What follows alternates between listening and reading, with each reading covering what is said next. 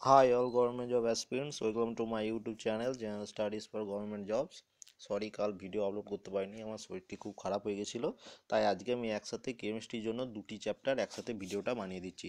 এটা তোমাদের জন্য খুব হেল্পফুল হবে। আজকে ফার্স্ট চ্যাপ্টার হচ্ছে পদার্থ ও তার ধর্ম এবং সেকেন্ড চ্যাপ্টার হচ্ছে দ্রবণ। এই দুটি চ্যাপ্টার আজকে আমরা পড়ব। ঠিক আছে, চলো স্টার্ট করা যাক। ফার্স্ট হচ্ছে দেখো পদার্থ ও তার ধর্ম। পদার্থ ধর্ম একে দু ধরনের পদার্থ হয়, এক হচ্ছে সমসত্ব পদার্থ মনে হচ্ছে হোমোজিনিয়াস, আর একটা হচ্ছে অসমসত্ব পদার্থ হেটারোজিনিয়াস। এরপর দেখো সমসত্ব পদার্থ মানে হোমোজিনিয়াস কাকে বলে সেটা একটু জেনে নাও। যে পদার্থের সমস্ত অংশের গঠন এবং ধর্ম একই হয় তখন তাকে বলে সমসত্ব পদার্থ। যেমন এক্সাম্পল হচ্ছে দেখো কার্বন ডাইঅক্সাইড, জল, এফি মানে হচ্ছে আয়রন, এমজি মানে হচ্ছে ম্যাঙ্গানিজ, এউ ইত্যাদি। ঠিক আছে, এবং অসমসত্ব পদার্থ কারা? অসমসত্ব পদার্থ কাকে বলে সেটাকে দেখে নাও, মানে হেটারোজিনিয়াস কাকে বলে সেটা একবার দেখে নাও। এটা বলছে যে পদার্থের যে কোনো অংশের গঠন ও ধর্ম কিছু না কিছু আলাদা তাকে বলে অসমসত্ব পদার্থ। যেমন বায়ু হচ্ছে এয়ার। ঠিক আছে, এরপরে দেখো এই দুটো এইখান থেকে কী ধরনের কোশ্চেন আসতে পারে এইগুলোর এক্সাম্পল দিয়ে দেবে। যে মনে করো দিয়ে দিল CO2H2O, বায়ু, ম্যাঙ্গানিজ। ঠিক আছে, এখানে দেবে, এইখানের মধ্যে বলবে এগুলোর মধ্যে কোনটা অসমসত্ব পদার্থ চুজ করো, বা এমন দেবে যে কোনটি সমসত্ব পদার্থ চুজ করো। এই ধরনের কোশ্চেন এখান থেকে আসতে পারে। ঠিক আছে, এরপর দেখো পদার্থের ধর্মের উপর ভিত্তি করে তাকে দুটি ভাগে ভাগ করা যায়। একটি হচ্ছে মৌলিক পদার্থ আর একটা হচ্ছে যৌগিক পদার্থ। আমরা সবাই পড়েছি এটা ছোটোতে, সেটা আরেকবার রিভাইজ করে নিচ্ছি আমরা। মৌলিক পদার্থ তিন ধরনের হয়, এক হচ্ছে ধাতু, অধাতু, ধাতুই গল্প, মানে হচ্ছে মেটাল, নন মেটাল এবং সেমি মেটাল। ঠিক আছে, এবার দেখো মৌলিক পদার্থ কাকে বলে এটাও আমরা ছোটোতে পড়েছি, কিন্তু আরেকবার পড়ে নিতেই হবে জানার জন্য। মৌলিক পদার্থ কাকে বলে না, যে পদার্থ বিশেষ করে বিশ্লেষণ করলে বা ভেঙে ক্ষুদ্রতম কণায় পরিণত করলেও সেই পদার্থ ছাড়া অন্য কোনো পদার্থ প্রাপ্ত হয় না তাকে মৌলিক পদার্থ বলে। যেমন Fe মানে হচ্ছে আয়রন, Cu মানে হচ্ছে কপার, Ag ইত্যাদি। ঠিক আছে, এদেরকে যদি ভেঙে মানে গলিয়ে অন্য কোনো পদার্থ বানা যায়, মানে Fe মানে হচ্ছে যেমন লোহাকে যদি তুমি গলাও, গলে আবার সেটা যখন ঠান্ডা করবে তখন আবার সেটা লোহাতেই পরিণত হবে, অন্য কোনো পদার্থে পরিণত হবে না। ঠিক আছে, এবার ধাতু। এবার মৌলিক পদার্থ তিনটে ভাগে যেটা বলেছিলাম, ধাতু, অধাতু এবং ধাতু গল্প। এবার ফার্স্ট হচ্ছে ধাতু কি কাকে বলে? হ্যাঁ, এই ধাতুর বৈশিষ্ট্যগুলো কী কী সেটা আমরা দেখে নেব। এর ধাতব উজ্জ্বল রয়েছে এবং এটি খুব ভারী। তাহলে ধাতুর প্রথম বৈশিষ্ট্য কি, যে এর উজ্জ্বল মানে চকচক করে এবং এটি খুব ভারী হয়। ঠিক আছে, সেকেন্ড বৈশিষ্ট্য কি না, ধাতু তাপ ও বিদ্যুতের সুপরিবাহী, মানে ধাতুর মধ্যে দিয়ে তাপ এবং বিদ্যুৎ খুব মানে তাড়াতাড়ি পেরোয় এবং এটি সুপরিবাহী। এবং থার্ড হচ্ছে সাধারণ উষ্ণতায় এটি কঠিন। তাহলে আর একটা কী বৈশিষ্ট্য হলো, যে সাধারণ উষ্ণতায় সমস্ত ধাতু কঠিন। দেখো এর কয়েকটা উদাহরণ নাম লিখে দিয়েছি। উদাহরণ কী কী না, একটা হচ্ছে calcium, potassium, sodium, iron, gold, copper. দেখো এগুলো পাশে এর রাসায়নিক নাম সংকেতও লেখা রয়েছে, যেটা খুব ইম্পর্টেন্ট। এরকম দিয়ে দেবে এক্সামে, যে মনে করো ক্যালসিয়ামে Ca দিয়ে দিল, পটাশিয়ামে K দিয়ে দিল, সোডিয়ামে Na দিল, Fe আয়রন। এইগুলোর মধ্যে যে কোনো একটা ভুল দিয়ে দেবে। মনে করো পটাশিয়ামে K আছে, তো পটাশিয়ামে এখানে Ka দিয়ে দেবে। ঠিক আছে, তখন তোমাকে এখানে বলতে হবে কোনটা ওড 1। মানে আর একটা এমন কোশ্চেন দেয় না যে ওড 1 চুজ দ্য ওডার, মানে কোনটা এইগুলোর মধ্যে একই নয়, তখন তোমাকে এটা চুজ করতে হবে। সেই জন্য এই সংকেতগুলো ভালোভাবে দেখে রাখবে, এটাও মুখস্থ করে রাখবে। ঠিক আছে, তাহলে ধাতু উদাহরণ কি না, ক্যালসিয়ামের সংকেত হচ্ছে Ca, পটাশিয়ামের সংকেত K, সোডিয়ামের সংকেত হচ্ছে Na, আয়রনের সংকেত হচ্ছে Fe, গোল্ডের সংকেত হচ্ছে Au এবং কপার সংকেত হচ্ছে Cu। এইগুলো সব ধাতু, কিন্তু ব্যতিক্রম দেখো যে পারদের সংকেত হচ্ছে Hg। ধাতু, তবুও সাধারণ উষ্ণতায় এটি তরল। দেখো এটা একটি ব্যতিক্রম। এই ধরনের কোশ্চেন হতে পারে যে পারদ হচ্ছে তো সাধারণ উষ্ণতায় তরল, তাহলে এটি কি ধাতু না অধাতু না অর্ধপরিবাহী ধাতু? ঠিক আছে, তখন তোমাদের বলতে হবে যে পারদ হচ্ছে একটি ধাতু। এটা তুমি যদি না জেনে থাকো তাহলে হয়তো তুমি বলতে পারবে না। চলো সেকেন্ড পেজ কি বলছে দেখো। দেখো অধাতু কাকে বলে? অধাতুর কিছু বৈশিষ্ট্য দেখো, যে অধাতু অনুজ্জ্বল ও নিজস্ব দ্যুতিহীন, মানে অধাতু চকচক করবে না এবং এর কোনো নিজস্ব পাওয়ার নেই, ঠিক আছে। এবং দেখো দেখো এটি ওজনে হালকা ও অধাতু সাধারণত জারক পদার্থ হয়। খুব ইম্পর্টেন্ট, দেখো অধাতু এবং ধাতু ওজনে ভারী ছিল, কিন্তু অধাতু দেখো ওজনে হালকা এবং অধাতু সাধারণত জারক পদার্থ হয়। এবং এটি তাপ ও বিদ্যুতের কুপরিবাহী, দেখো ধাতু ছিল তাপ ও বিদ্যুতের পরিবাহী, কিন্তু সুপরিবাহী ছিল, মানে খুব ভালোভাবে ওটা কাজ করতো। কিন্তু অধাতু হচ্ছে তাপ ও বিদ্যুতের কুপরিবাহী। এবং দেখো লাস্ট পয়েন্ট যেটা, যে অধাতু সাধারণত আম্লিক অক্সাইড উৎপন্ন করে, ঠিক আছে।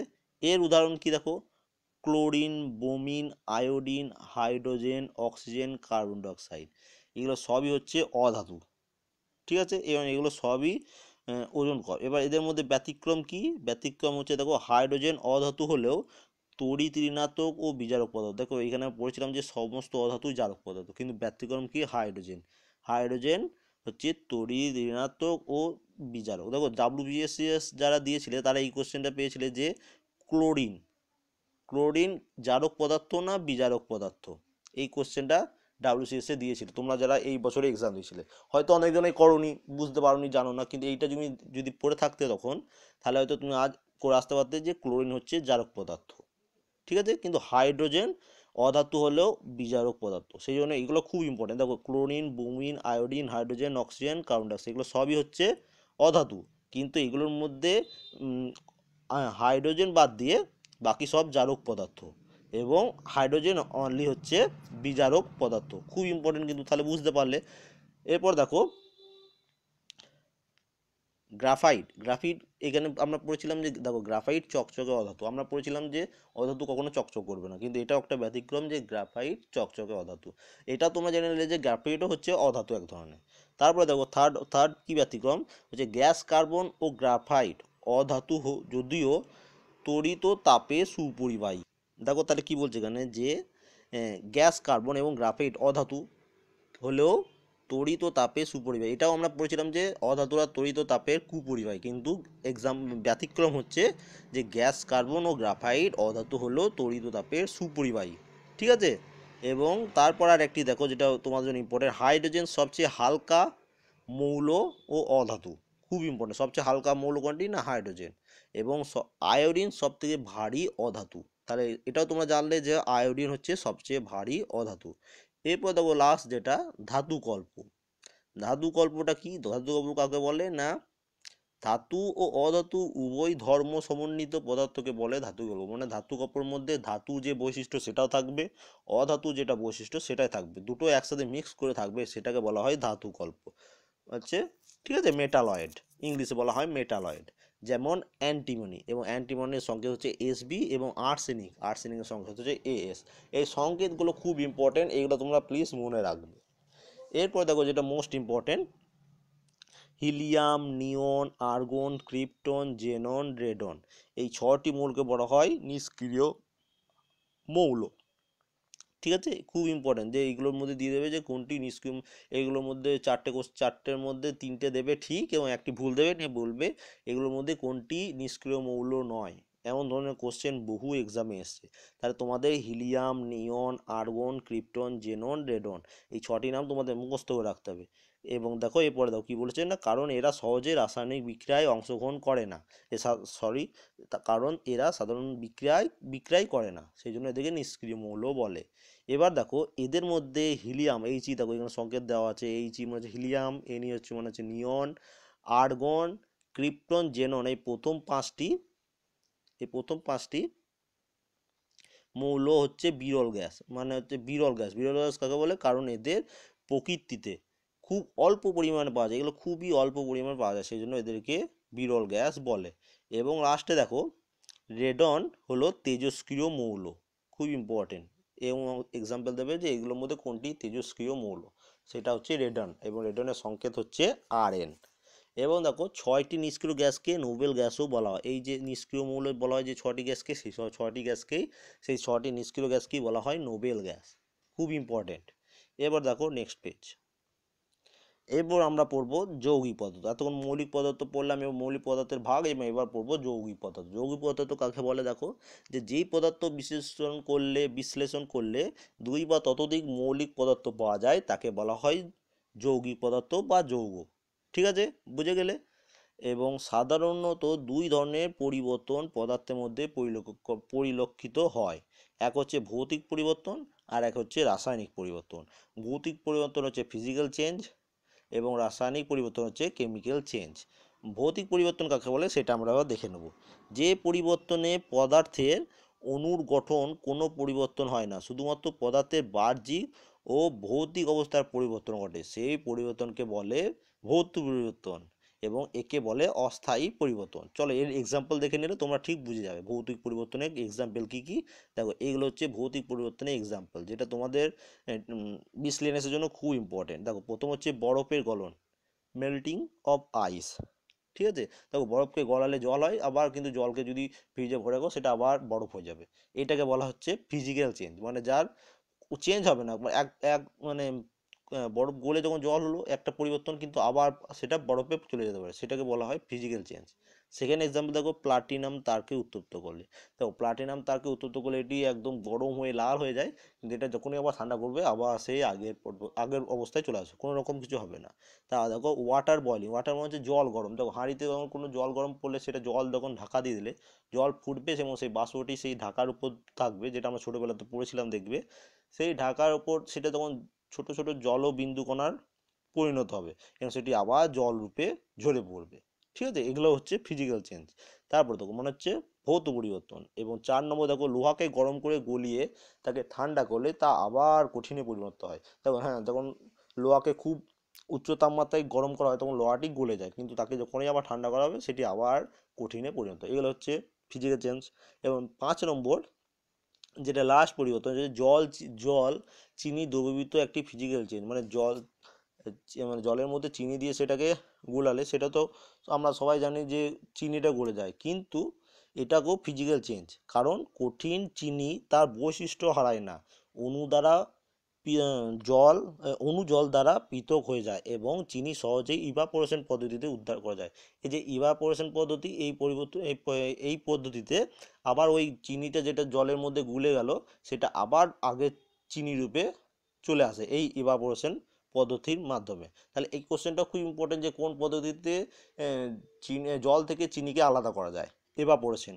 খুব ইম্পর্টেন্ট কিন্তু, এবং এই যেগুলি অপশানগুলো বললাম এগুলোও কিন্তু খুব ইম্পর্টেন্ট ফিজিক্সের জন্য, কেমিস্ট্রির জন্য। ঠিক আছে, এরপর দেখো ভৌতিক পরিবর্তন পড়লাম, এবার পড়বো আমরা রাসায়নিক পরিবর্তন। রাসায়নিক পরিবর্তনকে কি বলে? কেমিক্যাল চেঞ্জ, যেটা কিছুক্ষণ আগেই বললাম। দেখো এবার দেখে নাও কেমিক্যাল চেঞ্জ কাকে বলে। যে পরিবর্তনে পদার্থের আণবিক গঠন পরিবর্তন হয় এবং পদার্থটি স্থায়ীভাবে এক বা একাধিক নতুন ধর্মবিশিষ্ট অন্য পদার্থে পরিণত হয়, সেই পরিবর্তনকে বলা হয় রাসায়নিক পরিবর্তন। যেমন কয়লা খড় পোড়া, দেখো কয়লা পোড়ালে সেটা ছাই হয়ে যায়, ক্ষয় পোড়ালে ছাই হয়ে যায়, কিন্তু সেটা আবার আগের পরিবর্তনে আনা যায় না, মানে কয়লাকে পুড়ে গেলে সে ছাই থেকে আবার কয়লা হয় না। সেই জন্য এটাকে বলা হয় কেমিক্যাল চেঞ্জ বা রাসায়নিক চেঞ্জ, যেটা মানে আর আগের অবস্থায় ফিরে আসতে পারবে না। তারপরে দেখো মোমের দহন, মোমবাতিকে পোড়ালে সেটা একবার তো গলে গলে হয়ে যাবে। এবার দেখো লাস্ট এক্সাম্পল হচ্ছে চূর্ণ জলের ক্রিয়া। এগুলো সবই হচ্ছে কেমিক্যাল চেঞ্জ। এবার নেক্সট পেজে দেখো দেখো দেখো আরও কিছু এক্সাম্পল আছে, যেগুলি হচ্ছে লোহায় মরচে পড়া, বায়ুতে ম্যাগনেসিয়ামের দহন এবং দাবানল। এগুলো সবই হচ্ছে রাসায়নিক চেঞ্জ। এবার দেখো পৃথিবীর গঠন সম্বন্ধে কিছু ডিটেলস, যার কেমিস্ট্রির বই থেকে আমি পেয়েছি। সেটি হচ্ছে দেখো, পৃথিবী পৃষ্ঠ থেকে প্রায় 30 কিলোমিটার গভীরে, এটা কিন্তু গভীরে, উচ্চতায় নয়, গভীরে পর্যন্ত যে অংশ তাকে বলা হয় লিথোস্ফিয়ার, এবং এই অংশটি কঠিন। ঠিক আছে, 30 কিলোমিটার গভীর অবধি। এবং এখানে 3 ধরনের শিলা বা প্রস্তর থাকে। কি কি শিলা থাকে সেটা আমরা দেখে নেব। 1 নম্বর হচ্ছে ইগনিয়ামস, 2 নম্বর হচ্ছে সেডিমেন্টারি, এবং 3 নম্বর হচ্ছে মেটামরফিক। এই 3 ধরনের শিলা বা প্রস্তর থাকে। এই শিলাগুলি ম্যাগমা দ্বারা গঠিত। এই কোশ্চেনটা খুব ইম্পর্টেন্ট, যে এই শিলাগুলি কী দ্বারা গঠিত? না ম্যাগমা দ্বারা গঠিত। ম্যাগমা হলো উচ্চ তাপমাত্রায় গলনশীল শিলার একটি অবস্থা। ঠিক আছে, বুঝতে পারলে? এরপর দেখো ম্যাগমার মধ্যে বিভিন্ন ধরনের গ্যাস থাকে। ম্যাগমার মধ্যে কী কী গ্যাস থাকে যেটা খুব ইম্পর্টেন্ট কেমিস্ট্রির জন্য? কার্বন ডাইঅক্সাইড, HCl, H2S এবং জলীয় বাষ্প, হাইড্রোজেন ক্লোরাইড এবং হাইড্রোজেন সালফাইড, খুব ইম্পর্টেন্ট। ঠিক আছে, আয়তনের দিক থেকে পৃথিবী পৃষ্ঠে O2 সব থেকে বেশি পাওয়া যায়। দেখো, আয়তনের দিক থেকে পৃথিবী পৃষ্ঠে O2 সব থেকে বেশি পাওয়া যায়, মানে হচ্ছে অক্সিজেন আয়তনের দিক থেকে। এবং পৃথিবীর বায়ুমণ্ডলে প্রধানত 3 ধরনের গ্যাস থাকে। এক নম্বর হচ্ছে নাইট্রোজেন, নাইট্রোজেন সংকেত N2 তোমরা সবাই জানো, এবং 78.09% নাইট্রোজেন থাকে। তারপরে দেখো সেকেন্ড হচ্ছে অক্সিজেন, অক্সিজেন হচ্ছে 20.9%, এবং তারপর থাকে আর্গন 0.93%, এবং সবাই লাস্টে সেটা থাকে কার্বন ডাইঅক্সাইড 0.03%। এরপর দেখো নেক্সট পেজ, এটা আমাদের সেকেন্ড চ্যাপ্টার, দ্রবণ মানে হচ্ছে সলিউশন, দ্রবণকে ইংলিশে বলা হয় সলিউশন। এবার দেখো সেকেন্ড চ্যাপ্টার আমরা স্টার্ট করছি। এখানে দেখো 2 বা ততোধিক পদার্থের সমসত্ব মিশ্রণ হলো দ্রবণ। তাহলে দ্রবণ কাকে বলে না, 2 বা ততোধিক পদার্থের সমসত্ব মিশ্রণকে বলা হয় দ্রবণ। দ্রবণের 2 অংশ, এক হচ্ছে দ্রাবক মানে হচ্ছে যাকে সলভেন্ট বলা হয়, এবং আরেকটা হচ্ছে দ্রাব্য যাকে সলিউট বলা হয়। এবার দ্রবণের প্রকারভেদ, দ্রবণ হচ্ছে 3 ধরনের: অসম্পৃক্ত দ্রবণ, সম্পৃক্ত দ্রবণ এবং প্রতিসম্পৃক্ত দ্রবণ। এবার দেখো যেটা মোস্ট ইম্পর্টেন্ট, যে জলকে বলা হয় সার্বজনীন দ্রাবক।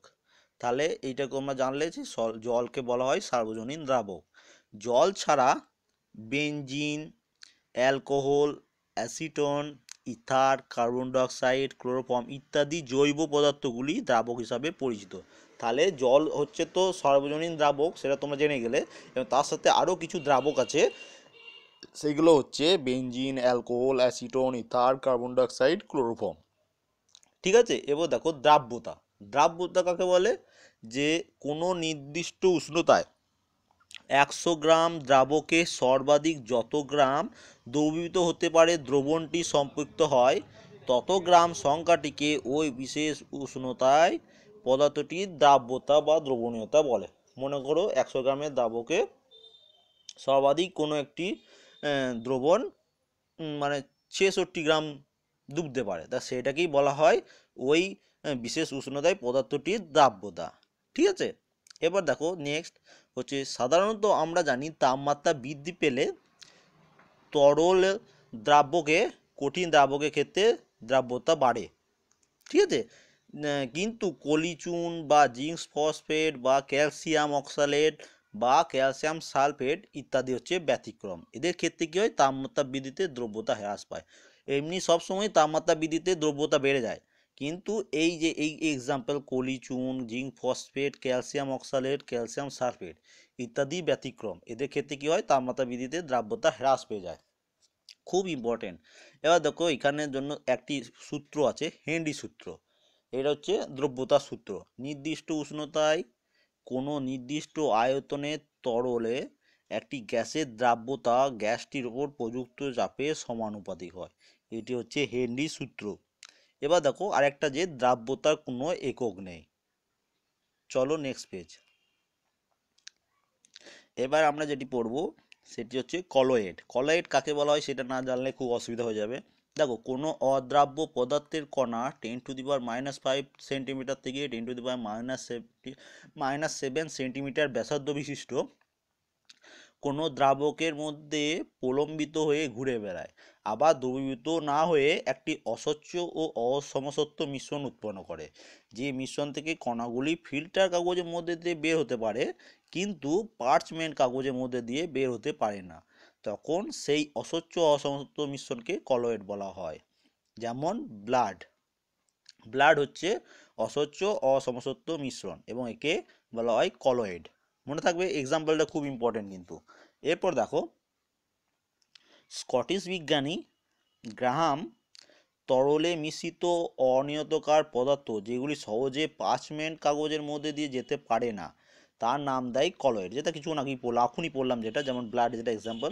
এবং তরলের মধ্যে দিয়ে কেলাসাকার পদার্থ যেগুলি সহজে পার্চমেন্ট কাগজের মধ্যে দিয়ে অতিক্রম করতে পারে তাদের নাম দিয়েছে ক্রিস্টালয়েড। ক্রিস্টালয়েড কি? ক্রিস্টালয়েড হচ্ছে একটি প্রকৃত দ্রবণ। এবং কলয়েড কি হচ্ছে একটি অসমসত্ব দ্রবণ। ঠিক আছে, এবার দেখো কেলাস কেলাস ক্লাসের আর ইংলিশ ওয়ার্ড হচ্ছে ক্রিস্টাল।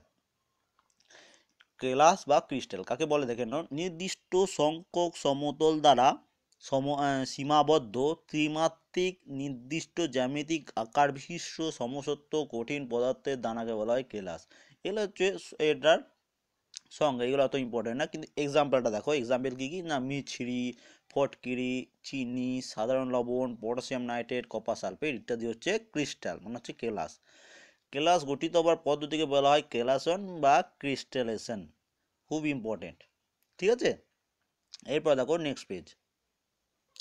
দেখো এখানে কি বলা হচ্ছে যে ক্লাস গঠনের সময় একই পদার্থ একের বেশি আগেতি বিভিন্ন রূপের বা বর্ণে আবির্ভূত হয়, একে বলা হয় মৌলের বহুরূপতা বা অলট্রপি, এবং কেলাস আকার রূপকে বলা হয় রূপভেদ বা অলট্রুপস। ঠিক আছে, এবার দেখো যেটা মোস্ট ইম্পর্টেন্ট, হিরক ও গ্রাফাইট হলো কার্বনের রূপভেদ, মানে যে অলট্রপস, মনে থাকবে, এটা কিন্তু এক্সামে বহুবার এসছে। এরপর দেখো সিলিকা, মারফিউরিক আয়োডাইড বহু আকৃতি এদের বহু আকৃতি, যেমন হিরক ও গ্রাফাইটের আকৃতি হলো এটা কার্বনের রূপভেদ, মানে কার্বন অটোপস, কিন্তু সিলিকা, মারকিউরিক আয়োডাইড এদের হচ্ছে বহু আকৃতি দেখা যায়। তারপরে দেখো নেক্সট কি বলছে, অনেক ক্ষেত্রে দেখা যায় দুই বা অথবা ততোধিক পদার্থ একই আকারে ক্লাস গঠন করে, এই জাতীয় ক্লাসগুলিকে বলা হয় সমকৃত্রি ক্লাস বা আইসোমরফিজম, যেমন KClO4 এবং KMnO4। তাহলে KClO4 এবং KMnO4 কি হলো না সমকৃতি ক্লাস বা আইসোমরফিজম। ঠিক আছে, খুব ইম্পর্টেন্ট। এরপরে দেখো কেলাস জল। কেলাস জলকে কি বলা হয়, ক্লাস জলটা কি না ওয়াটার অফ ক্রিস্টালেশন, কাকে বলা হয় সেটা একবার দেখে নাও। জলীয় দ্রবণ থেকে কেলাসনের সময় কোনো কঠিন পদার্থে প্রতি অণুতে যে নির্দিষ্ট সংখ্যক জলের অণু সংযুক্ত থাকে তাকে বলা হয় কেলাস জল। কেলাস জল সমন্বিত ক্লাসকে বলা হয় শোধক ক্লাস, হাইড্রেট ক্রিস্টাল, এবং জলে অণুবিহীন ক্লাসকে বলা হয় অনদ্র ক্লাস। তো এবার দেখো কিছু অনদ্র ক্লাসের নাম ও তার রাসায়নিক সংকেত, খুব ইম্পর্টেন্ট যেটা। দেখো অনদ্র ক্লাস কি কে কে না, এক নম্বর হচ্ছে সোডিয়াম ক্লোরাইড, সোডিয়াম ক্লোরাইডের সংকেত কি না NaCl, খুব ইম্পর্টেন্ট কিন্তু এই সংকেতগুলো। 2 নম্বর হচ্ছে পটাশিয়াম ক্লোরেট, পটাশিয়াম ক্লোরেটের সংকেত কি না KClO3। তারপর দেখো সোডিয়াম নাইট্রেট, এর সংকেত হচ্ছে NaNO3। তারপর দেখো potassium nitrate KNO3। Potassium chloride KCl। Potassium sulphate K2SO4। Ammonium chloride NH4Cl, এরা সবাই হচ্ছে অনাদ্র ক্লাস। ঠিক আছে, এবং এই সংকেতগুলো মুখস্থ করে নেবে একদম। নেক্সট পেজ দেখো, নেক্সট হচ্ছে দেখো শোধক ক্লাস। শোধক ক্লাস মানে হচ্ছে হাইড্রেট ক্রিস্টাল, এর এক্সাম্পলগুলো হচ্ছে সোডিয়াম সালফেট বা গ্লোবার সল্ট Na2SO4 এবং এর সাথে 10H2O। ঠিক আছে, এরপর দেখো এপসাম সল্ট, এর সংকেত হচ্ছে MgSO4 7H2O। তারপর দেখো অ্যালামের সংকেত কি না K2SO4 Al2SO4 হোল 3 24H2O। তারপর হচ্ছে জিঙ্ক সালফেট বা হোয়াইট ভিট্রিয়াল, এটা খুব ইম্পর্টেন্ট, যে হোয়াইট ভিট্রিয়ালের সংকেত কি লেখো ZnSO4 7H2O। দেখবে অনেক জায়গায় এক্সাম্পলে থাকে, দেখবে যে শুধু ZnSO4 দিয়ে দেয়, তখনও কিন্তু সেম এটাই ওটার সংকেত। ঠিক আছে, হোয়াইট ভিট্রিয়ালে সবসময় H2O থাকে না, কিন্তু এটা বুক থেকে আমি যেটাকে বুক থেকে কালেক্ট করেছি সেখানে খুব ভালোভাবে দেওয়া আছে বলে তোমাদের জন্য একদম পুরোটা আমি নিয়ে নিয়েছি। এরপর দেখো ক্রোমেলাম, ক্রোমেলামের কি সংকেত না K2SO4 Cr2SO4 হোল 3 10H2O। তারপর দেখো সোডিয়াম কার্বনেট, আমরা সবাই জানি Na2CO3। তারপর দেখো গ্রিন ভিট্রিয়াল FeSO4 7H2O, একে হীরাকসও বলা হয়। ঠিক আছে, গ্রিন ভিট্রিয়ালকে হীরাকসও বলা হয়, এমন সময় দিয়ে দেয় যে হীরাকসের সংকেত কি। ঠিক আছে, বা হীরাকস শোধক ক্লাস না অনাদ্যক ক্লাস। ঠিক আছে, এরকম কোশ্চেন দিয়ে দেয়। তারপর দেখো বোরক্স, বোরক্স হচ্ছে Na2B4O7, 10H2O। এবার দেখো কিছু উদ্গ্রাহী পদার্থ, উদ্গায়ী পদার্থ কি না, যে সকল কেলাসাকার পদার্থ সাধারণ উষ্ণতায় বায়ু থেকে জলীয় বাষ্প শোষণ করে তাকে দ্রবীভূত করে, এদের উদ্গায়ী পদার্থ বলে। যেমন ক্যালসিয়াম ক্লোরাইড CaCl2, 2 নম্বর হচ্ছে কস্টিক সোডা NaOH, 3 নম্বর হচ্ছে ম্যাক্সিমাম ক্লোরাইড MgCl2। এরা সবাই হচ্ছে উদ্গায়ী পদার্থ, খুব ইম্পর্টেন্ট কিন্তু। এরপর দেখো নেক্সট পেজ। এখানে না দেখো কি বলেছে না, জলকর্ষী পদার্থ বা নিরুদ্ধক বা ড্রাইং এজেন্ট। ড্রাইং এজেন্ট কাদের বলা হয়, যে খোলা বাতাসের মধ্যে সাধারণ উষ্ণতায় যে সকল পদার্থ পরিবেশ থেকে জল শোষণ করে এবং সেই জলে দ্রবীভূত হয় না তাকে বলা হয় জলকর্ষী পদার্থ। যেমন সিলিকা জেল, গাঢ় সালফিউরিক অ্যাসিড H2SO4, অনাদ্য ক্যালসিয়াম ক্লোরাইড CaCl2, অনাদ্য ফসফরাস পেন্টক্সাইড P2O5, চুন CaO ক্যালসিয়াম অক্সাইড, এবং লাস্ট হচ্ছে অনাদ্য কপার সালফেট CuSO4। এরা সবাই হচ্ছে ড্রাইং এজেন্ট। এরপর দেখো বস, এই যেটা আমাদের সবাই জানি যে বর্ষাকালে লবণ গলে যায়, কিন্তু লবণ কেন গলে যায়? লবণ গলে যাওয়ার কারণ হচ্ছে সাধারণত লবণ মানে হচ্ছে NaCl উদ্গ্রাহী পদার্থ নয়, যে উদ্গায়ী পদার্থ নয়, কিন্তু এর মধ্যে অশুদ্ধ হিসাবে MgCl2 থাকে। এই MgCl2 থাকার জন্য, এবং MgCl2 হচ্ছে একটি উদ্গায়ী পদার্থ, এটি বায়ু থেকে জল শোষণ করে, ঠিক আছে, এটি আবহাওয়া থেকে জলীয় বাষ্প শোষণ করে, তাই সেটা জলে দ্রবীভূত হয়, এই জন্য লবণ গলে যায় বর্ষাকালে। ঠিক আছে, আজ এই পর্যন্তই। আজকে আমরা ফিজিক্সের 2টো চ্যাপ্টার পড়া হয়ে গেল আমাদের। এই কিন্তু খুব ইম্পর্টেন্ট, তোমরা সবাই পড়ে নেবে, একটু করে বাদ দেবে না, কারণ খুবই ইম্পর্টেন্ট চ্যাপ্টার এই দুটি, এবং এদের সংকেত যেগুলো সেগুলো খুব ইম্পর্টেন্ট। এবং এই চ্যাপ্টার থেকে কিছু কোশ্চেন আমি আজকে কালেক্ট করতে পারিনি, আজকে রাতের মধ্যে আমি এটা কালেক্ট করে পিডিএফটা কালকের মধ্যে তোমার টেলিগ্রাম গ্রুপে দিয়ে দেবো, তোমরা সেই টেলিগ্রাম গ্রুপ থেকে পিডিএফটা পেয়ে যাবে। যদি ভিডিওটি ভালো লেগে থাকে প্লিজ কমেন্ট করবে এবং লাইক অবশ্যই করবে। আমার চ্যানেলে যারা নতুন তারা সাবস্ক্রাইব করে নেবে, এবং যদি আমি কোনো ভুল কিছু বলে থাকি তোমরা সেটা কমেন্ট করে জানাবে। Thank you for watching.